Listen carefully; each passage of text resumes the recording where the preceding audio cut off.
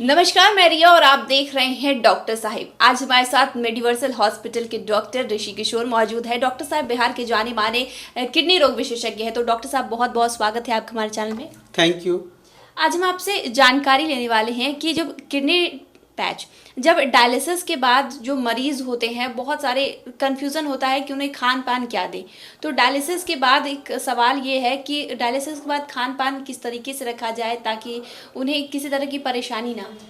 हाँ, ये काफ़ी इम्पोर्टेंट क्वेश्चन है। पेशेंट जिनका क्रॉनिक किडनी डिजीज होता है उनका जो खान पान होता है डायलिसिस के ठीक पहले और डायलिसिस के बाद दोनों में काफ़ी अंतर होता है। जनरली सीकेडी स्टेज 1 से 4 तक डायलिसिस की ज़रूरत नहीं होती क्योंकि किडनी का रेसिडुअल फंक्शन होता है और पेशेंट काफ़ी बेटर होते हैं। बट जैसे वो स्टेज 5 यानी जीएफआर जब उनका कम हो जाता है तो उन्हें डायलिसिस की ज़रूरत पड़ती है। तो डायलिसिस के पहले और डायलिसिस के बाद खान पान में काफ़ी अंतर होता है और मोस्ट इम्पॉर्टेंट जो अंतर होता है प्रोटीन की मात्रा का सेवन। अगर पेशेंट डायलिसिस पे नहीं है, स्टेज 1 से 4 तक है, तो प्रोटीन कम सेवन करना चाहिए। प्रोटीन मीन्स दो तरह के प्रोटीन होते हैं, animal protein and plant protein. Animal protein का सेवन बिल्कुल कम करना चाहिए क्योंकि ये जितने भी प्रोटीन है वो लीवर में डेफिनेटली मेटाबोलाइज होते हैं, बट जो उनका जो रियल जो एक्सक्रीशन होता है वो किडनी के थ्रू होता है। अगर किसी पेशेंट का किडनी कमज़ोर है तो ज़्यादा प्रोटीन वाली चीज़ को लेने से शरीर के किडनी पे इसके जो मेटाबोलाइट्स होते हैं उसको निकालने का प्रेशर होता है, इसलिए हायर प्रोटीन हमेशा किडनी को डैमेज करते हैं। एंड ये स्पेशली तब और इम्पॉर्टेंट हो जाता है जब पेशेंट सीकेडी के श्रेणी में आते हैं, यानी उनका क्रिएटिन जब बढ़ा रहता है। तो ये डायलिसिस के पहले बहुत ज़रूरी है कि किडनी को सुरक्षित रखने के लिए प्रोटीन की मात्रा का सेवन कम करना चाहिए। नॉर्मली स्टेज 1 से 3 तक अगर देखते हैं तो प्रोटीन जो डाइटरी एडवाइस है 0.8 से 1 ग्राम पर केजी पर डे है। ये इसलिए है क्योंकि किडनी पे ज़्यादा प्रेशर ना पड़े। इवन हमारे जो नॉर्मल पॉपुलेशन है 40 इयर्स के बाद और डायबिटिक और हाइपरटेंसिव है, जिनके स्टोन की टेंडेंसी है, फैमिली में किडनी की बीमारी है, उन्हें भी ये काफ़ी इम्पॉर्टेंट जानना है कि ज़्यादा प्रोटीन के सेवन से किडनी को नुकसान पहुंचती है। इसलिए नॉनवेज और स्पेशली रेड मीट को कम रखना चाहिए या 40 इयर्स के बाद बिल्कुल ही कम कर देना चाहिए। बट ये जस्ट रिवर्स हो जाता है अगर पेशेंट डायलिसिस पे आते हैं। एक्चुअली डायलिसिस के प्रोसेस के दौरान ब्लड प्यूरिफाइड होता है और इस प्यूरिफिकेशन के दौरान शरीर से एक्स्ट्रा पानी और इम्पॉर्टेंट पोषक तत्व बाहर निकल जाते हैं और शरीर में एक तरह से प्रोटीन की कमी हो जाती है।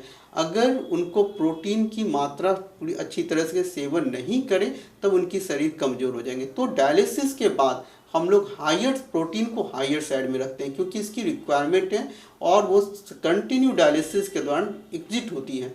तो जो पेशेंट डायलिसिस पे उन्हें हायर प्रोटीन डाइट की ज़रूरत होती है। डायलिसिस पे जो पेशेंट होते हैं उनकी प्रोटीन रिक्वायरमेंट 1.3 से 1.4 ग्राम पर केजी पर डे की ज़रूरत होती है। एंड जो मोस्ट इम्पॉर्टेंट है उन्हें एटलीस्ट फिश और अंडा जो होता है, अंडा का जो वाइट वाला पोर्शन होता है वो डेली कंज्यूम करने की आवश्यकता है। ये बॉडी की रिक्वायरमेंट हो जाती है। एंड इन सब के साथ साथ जो डायलिसिस में फिर भी एक जो रिस्ट्रिक्शन जो दोनों में सेम है, डायलिसिस के पहले या डायलिसिस के बाद, पानी की मात्रा हमेशा रिस्ट्रिक्टेड होनी चाहिए क्योंकि किडनी एक ऐसा सोर्स है, ऑर्गन है जो शरीर से एक्स्ट्रा पानी को बाहर निकालता है। तो जिन पेशेंट का किडनी फेल होता है चाहे वो डायलिसिस पे नहीं हो, उनमें भी अगर सूजन इस तरह के हैं तो फ्लूइड को रिस्ट्रिक्ट करने की ज़रूरत है और डायलिसिस के बाद भी ये नियम लागू रहता है। एंड जो थर्ड जो समानता है नमक की मात्रा, वो चाहे डायलिसिस के पहले हो या डायलिसिस के बाद हो, नमक की मात्रा हमेशा कम रखना चाहिए। तो जो मोस्ट इम्पॉर्टेंट जो आंसर है कि डायलिसिस के पहले प्रोटीन रिस्ट्रिक्शन होना चाहिए क्योंकि कॉम्प्रोमाइज किडनी को हमें प्रिजर्व करके रखना है, और डायलिसिस के बाद प्रोटीन की इम्पॉर्टेंस बढ़ जाती है क्योंकि बॉडी को रिक्वायरमेंट है प्रोटीन की मात्रा को बढ़ा के रखनी है। Thank you.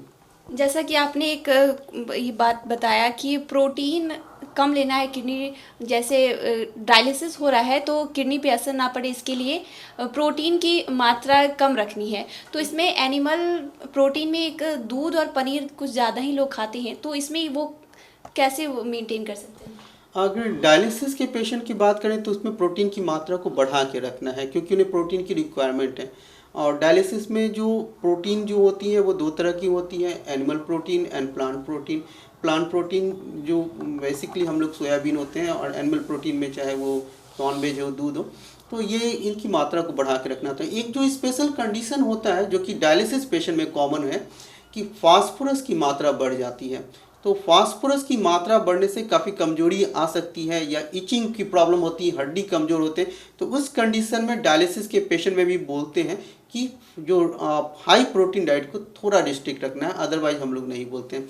और नॉर्मली ये जो दूध एंड पनीर होते हैं ये नॉर्मल पेशेंट और इवन मतलब कि जिनका CKD क्रिएटिन बढ़ा रहता है उन भी ले सकते हैं, बट फास्फोरस के लेवल को चेक करना होता है। अगर हायर फास्फोरस होता है तो फिर इसकी रिस्ट्रिक्शन की ज़रूरत होती है। तो शुक्रिया डॉक्टर साहब, जो आपने जानकारी दी है उसके लिए बहुत बहुत शुक्रिया। Thank you. तो आप डॉक्टर ऋषि किशोर को सुन रहे थे, जिन्होंने हमारे साथ जानकारी साझा की है कि अगर कोई मरीज डायलिसिस पे है या फिर उससे पहले वो किस तरीके के खान पान रख सकता है। तो इस विषय में आप क्या सोचते हैं हमें कमेंट कर जरूर बताएं। चैनल को सब्सक्राइब करें, फेसबुक पेज को लाइक करें। साथ ही डॉक्टर साहब के क्या सवाल हैं हमें कमेंट कर या मेल के माध्यम से भेज सकते हैं। वीडियो देखने के लिए आपका शुक्रिया।